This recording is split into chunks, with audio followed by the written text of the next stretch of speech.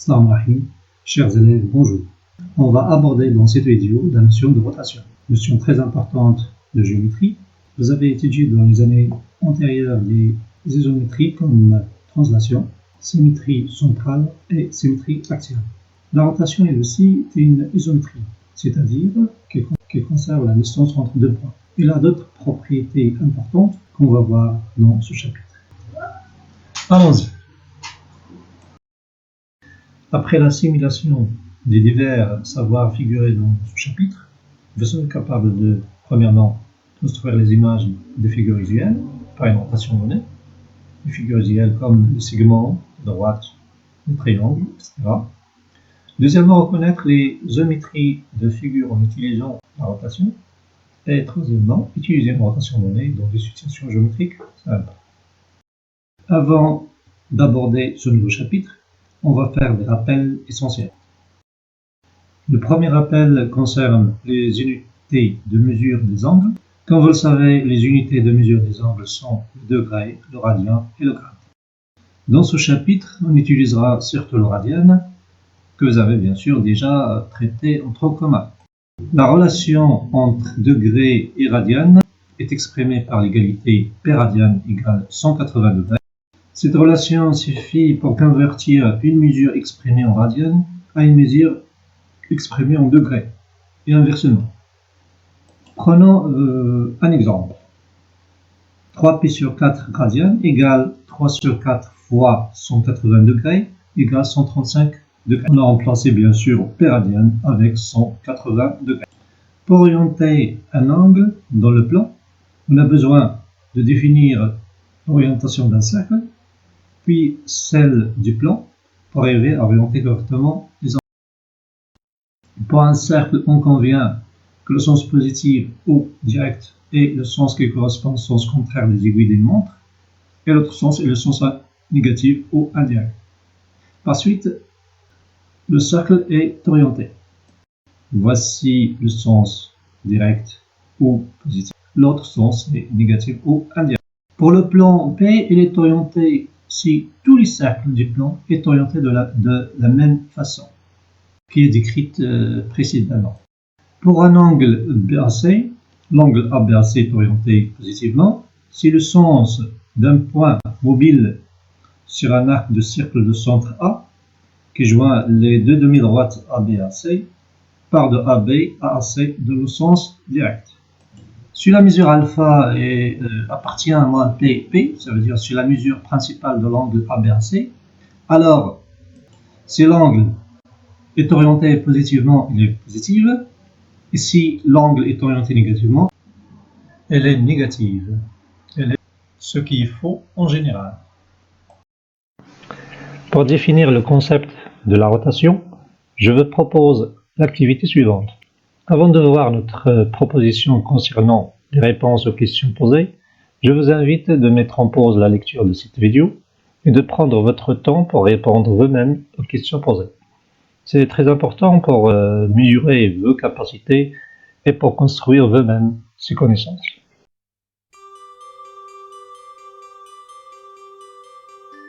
Pour tracer le point A d'abscisse curviligne P sur 6, on va utiliser le fait que sinus P sur 6 égale 1,5 égale 0,5.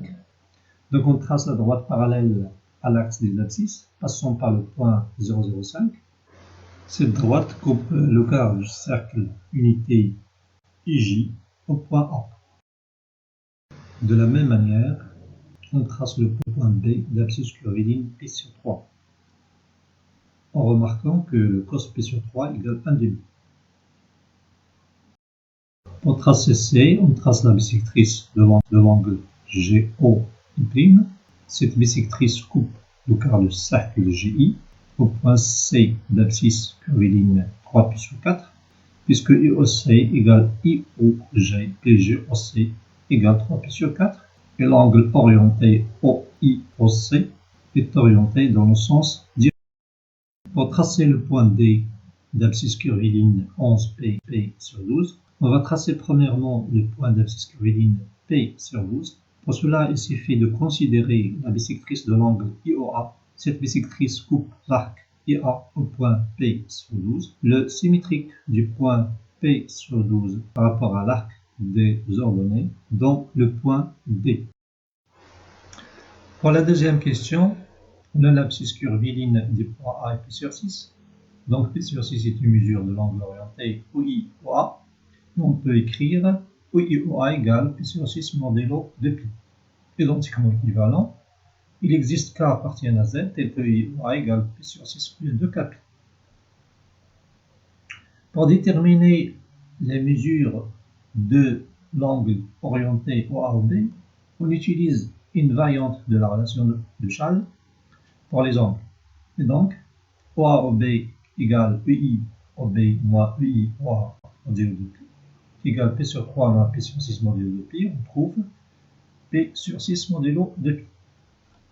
De même, ECOD égale P sur 6 modulo de pi. Pour la troisième question, c'est que les points I, A et B appartiennent au cercle unité. Donc on a les deux systèmes suivants.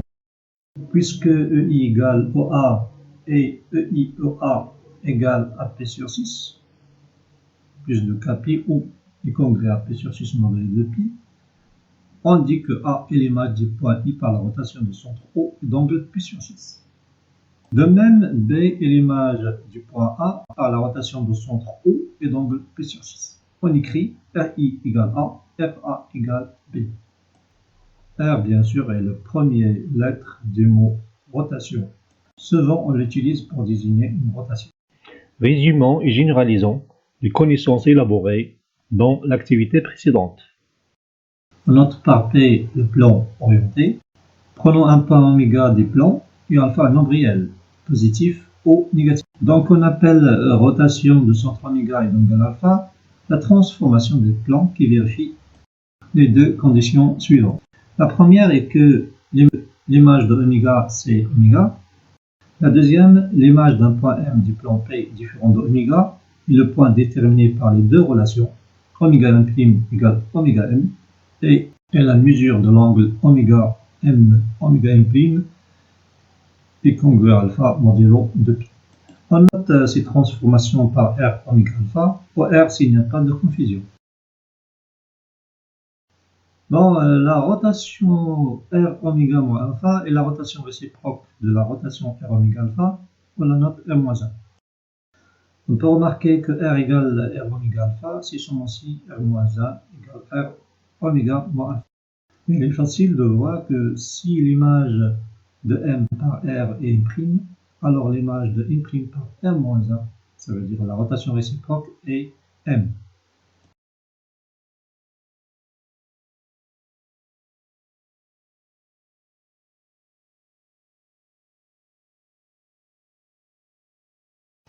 Passons maintenant à quelques exercices d'application. Le premier exercice, on va considérer un quadrilatère des plans orientés avec AB égale à D. On note par R la rotation de centre A qui transforme B en D. Question, tracer le point C', l'image du point C par la rotation R.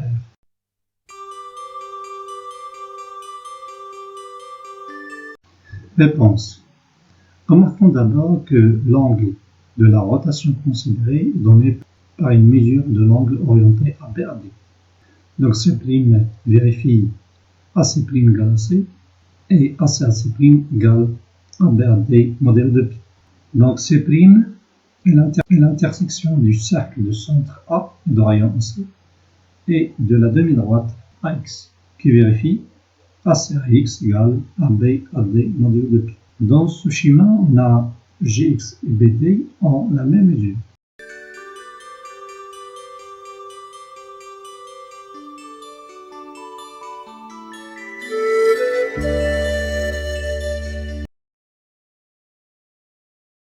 Dans le plan orienté, on peut tracer deux triangles équilatéraux, mais l'un d'eux n'est pas convenable à notre situation. On doit avoir que l'angle FG-FE est direct, c'est-à-dire orienté positivement, parce que P sur 3 est une mesure principale. Donc le triangle situé à droite n'est pas convenable. Pour la première question 1 Pisita, comme EFG est un triangle équilatéral, alors FEG égale P sur 3 radians.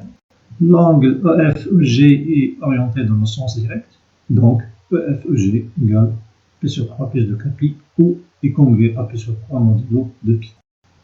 Pour la question B, on a R1 de G égale G', ce qui équivaut à G' égale à EG. Et l'angle orienté EG' égale à P sur 3 modulo de pi. Donc G' est l'intersection de cercle de centre E de rayon EG et la demi-droite EX, qui est déterminée par l'égalité EGEX égale P sur 3 modulo de pi. Voici le schéma correspondant.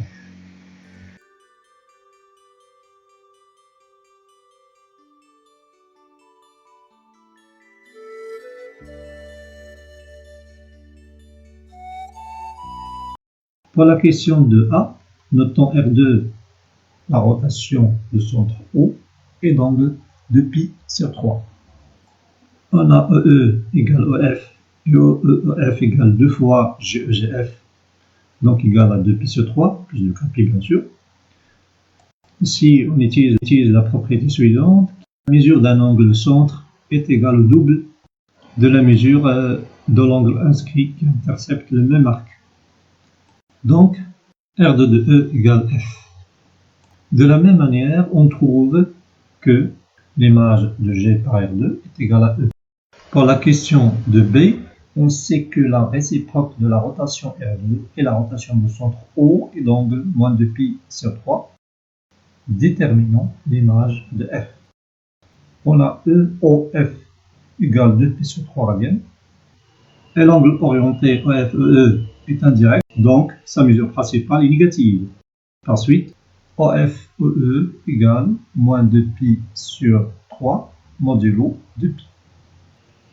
De plus, OF égale EE, donc l'image réciproque de F, c'est E.